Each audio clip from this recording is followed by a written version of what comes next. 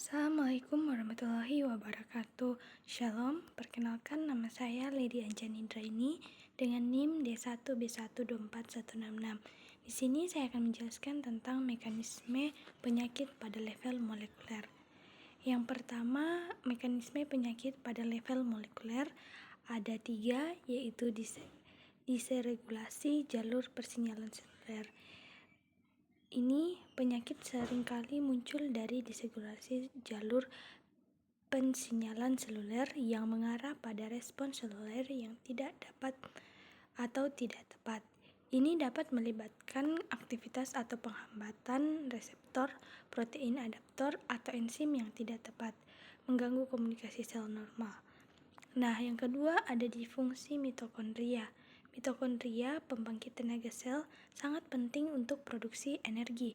Disfungsi mitokondria dapat menyebabkan penurunan produksi ATP.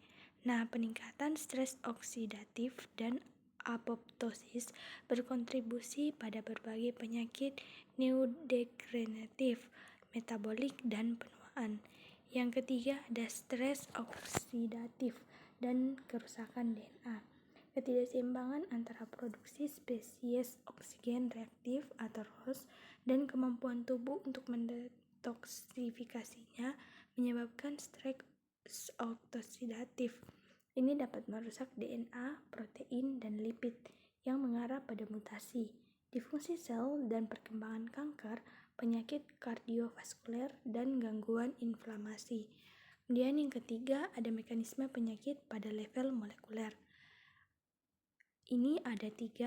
Yang pertama, misfolding dan agregasi protein.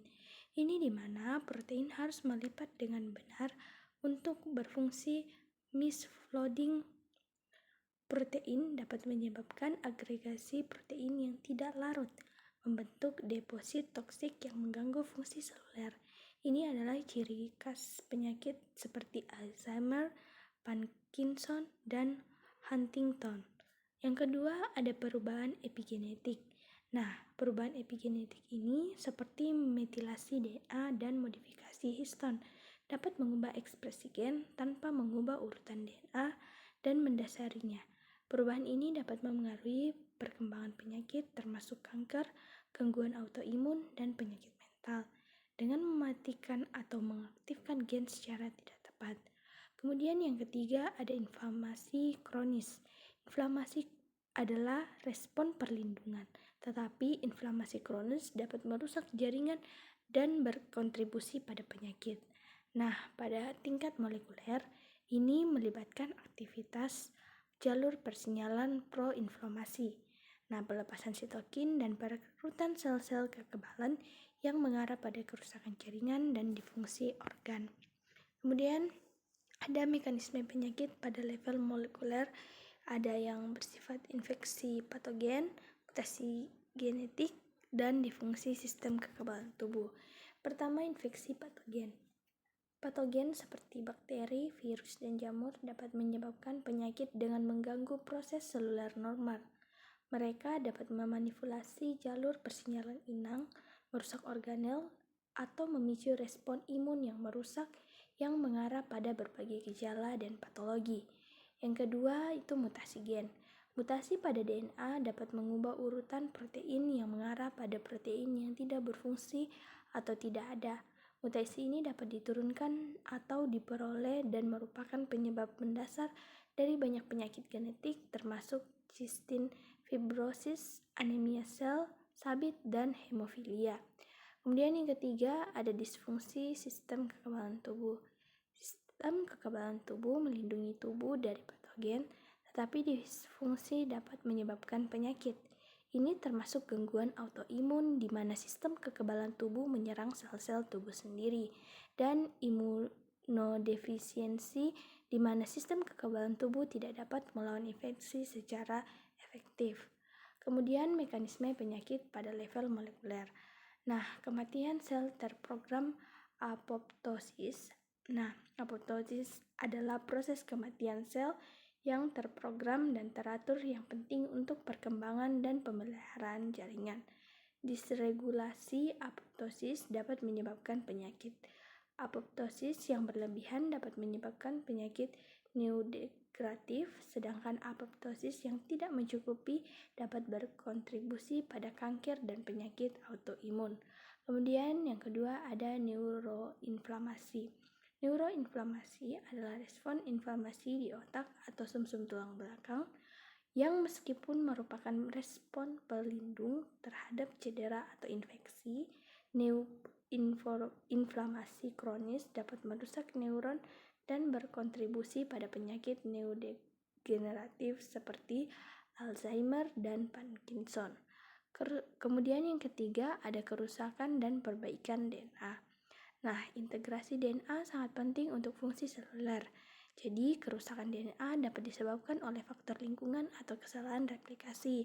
Jadi, mekanisme perbaikan DNA biasanya memperbaiki kerusakan ini, tetapi kegagalan dalam perbaikan dapat menyebabkan mutasi, ketidakstabilan genomik, dan perkembangan kanker. Kemudian yang keempat ada gangguan metabolik, di mana penyakit metabolik seperti diabetes dan obesitas melibatkan disregulasi jalur metabolisme. Ini dapat mencakup resistensi insulin atau metabolisme lipid yang terganggu dan disfungsi mitokondria yang mengarah pada akumulasi yang metabolit toksik dan kerusakan organ. Kemudian ada disfungsi saluran ion. Jadi, saluran ion adalah protein yang membentuk pori-pori di membran sel, memungkinkan ion melewati atau tempat lewatnya ion. Jadi, disfungsi saluran ion dapat mengganggu potensi membran dan persinyalan seluler yang mengarah pada penyakit seperti sistem fibrosis, epilepsis, dan aritmia jantung. Kemudian yang kedua ada disfungsi lisosom, di mana lisosom adalah organ seluler yang bertanggung jawab untuk mendegradasi dan mendaur ulang limbah seluler. Disfungsi lisosom dapat menyebabkan akumulasi bahan limbah yang mengarah pada penyakit penyimpanan lisosom seperti penyakit Gaucher dan penyakit Tay Sachs yang memengaruhi berbagai organ. Kemudian yang ketiga ada perubahan ekspresi gen, di mana ekspresi gen adalah proses di mana informasi dari gen digunakan dalam sintesis produk gen fungsional. Perubahan ekspresi gen, baik peningkatan atau penurunan, dapat menyebabkan penyakit dengan menghasilkan protein yang berlebihan atau tidak mencukupi atau protein yang tidak berfungsi. Kemudian ada mekanisme penyakit pada level molekuler, ada 3 yaitu resistensi reseptor, di mana reseptor adalah protein yang mengikat molekul persinyalan yang memicu respons seluler. Nah, resistensi reseptor terjadi ketika reseptor tidak merespon ligan mereka secara efektif yang mengarah pada persinyalan yang terganggu. Jadi ini adalah mekanisme kunci dalam kondisi seperti diabetes tipe 2 atau resistensi insulin dan beberapa jenis kanker. Jadi resistensi terhadap terapi. Kemudian yang kedua ada akumulasi metabolit toksik, di mana beberapa penyakit disebabkan oleh akumulasi metabolit toksik yang mengganggu fungsi seluler. Ini dapat terjadi karena cacat genetik pada enzim yang terlibat dalam metabolisme atau paparan racun lingkungan, contohnya termasuk penyakit penyimpanan metabolik dan kerusakan hati akibat obat. Kemudian yang ketiga adalah disfungsi vaskular, di mana disfungsi vaskular melibatkan kerusakan pada pembuluh darah yang memengaruhi aliran darah dan pengiriman nutrisi serta oksigen ke jaringan. Pada tingkat molekuler, ini dapat menyebabkan disregulasi endotel, stres oksidatif, dan inflamasi yang berkontribusi pada penyakit kardiovaskuler seperti aterosklerosis dan hipertensi.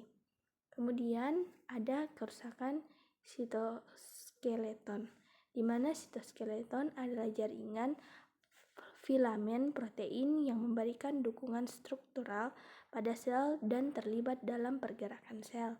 Kerusakan skeleton dapat mengganggu bentuk sel, motilitas, dan pembelahan yang berkontribusi pada penyakit seperti kardiomiopati dan beberapa jenis neuropati. Kemudian yang kedua ada disfungsi retikulum endoplasma. Jadi retikulum endoplasma atau RE adalah organel yang terlibat dalam sintesis dan pelipatan protein. Stres retikulum endoplasma terjadi ketika protein salah lipat menumpuk yang memicu respons stres yang dapat menyebabkan disfungsi seluler dan kematian. Ini terlibat dalam penyakit neurodegeneratif, diabetes, dan penyakit hati. Kemudian yang ketiga ada perubahan mikrobioma. Mikrobioma atau kumpulan mikroorganisme yang hidup di dalam dan pada tubuh memainkan peran penting dalam kesehatan. Perubahan komposisi mikrobioma dapat memengaruhi respon imun, metabolisme, dan integritas penghalang usus yang berkontribusi pada penyakit inflamasi usus, obesitas, dan gangguan autoimun. Kemudian ada autofagi yang terganggu. Jadi autofagi adalah proses seluler di mana sel mendaur ulang komponen yang rusak atau tidak perlu. Autofagi yang terganggu dapat menyebabkan akumulasi agregat protein dan organel yang rusak yang berkontribusi pada penuaan atau penyakit neurodegeneratif dan kanker. Kemudian yang kedua ada disfungsi telomer, di mana telomer adalah tutup pelindung di ujung kromosom yang mencegah kerusakan DNA. Telomer memendek dengan setiap pembelahan dan pemendekan telomer yang berlebihan atau disfungsi telomer dapat menyebabkan penuaan sel, ketidakstabilan genomik, dan peningkatan risiko kanker dan penyakit terkait usia. Kemudian yang ketiga ada perubahan glikosilasi, di mana glikosilasi adalah penambahan molekul gula ke protein atau lipid yang memengaruhi fungsi dan pengenalan mereka. Perubahan glikolisasi dapat menyebabkan penyakit dengan mengubah interaksi sel-sel, persinyalan, dan respon imun yang terlibat dalam kanker. Nah, penyakit autoimun dan gangguan genetik.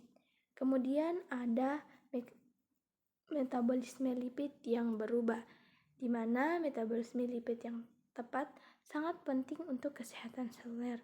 Metabolisme lipid yang berubah dapat menyebabkan akumulasi lipid yang berlebihan atau tidak normal yang berkontribusi pada penyakit seperti aterosklerosis, penyakit hati berlemak, dan obesitas. Ini melibatkan disregulasi sintesis, transportasi, dan degradasi lipid. Kemudian yang terakhir ada disfungsi reseptor nuklir, di mana reseptor nuklir adalah faktor transkripsi yang diaktifkan oleh ligan yang mengatur ekspresi gen. Nah, disfungsi reseptor nuklir dapat mengganggu jalur persinyalan hormonal dan metabolisme yang berkontribusi pada penyakit seperti diabetes, gangguan tiroid, dan beberapa jenis kanker. Itulah pemaparan materi dari saya. Kiranya bisa dipahami, dan jika ada salah kata atau kurangnya mohon dimaafkan. Wassalamualaikum warahmatullahi wabarakatuh. Terima kasih.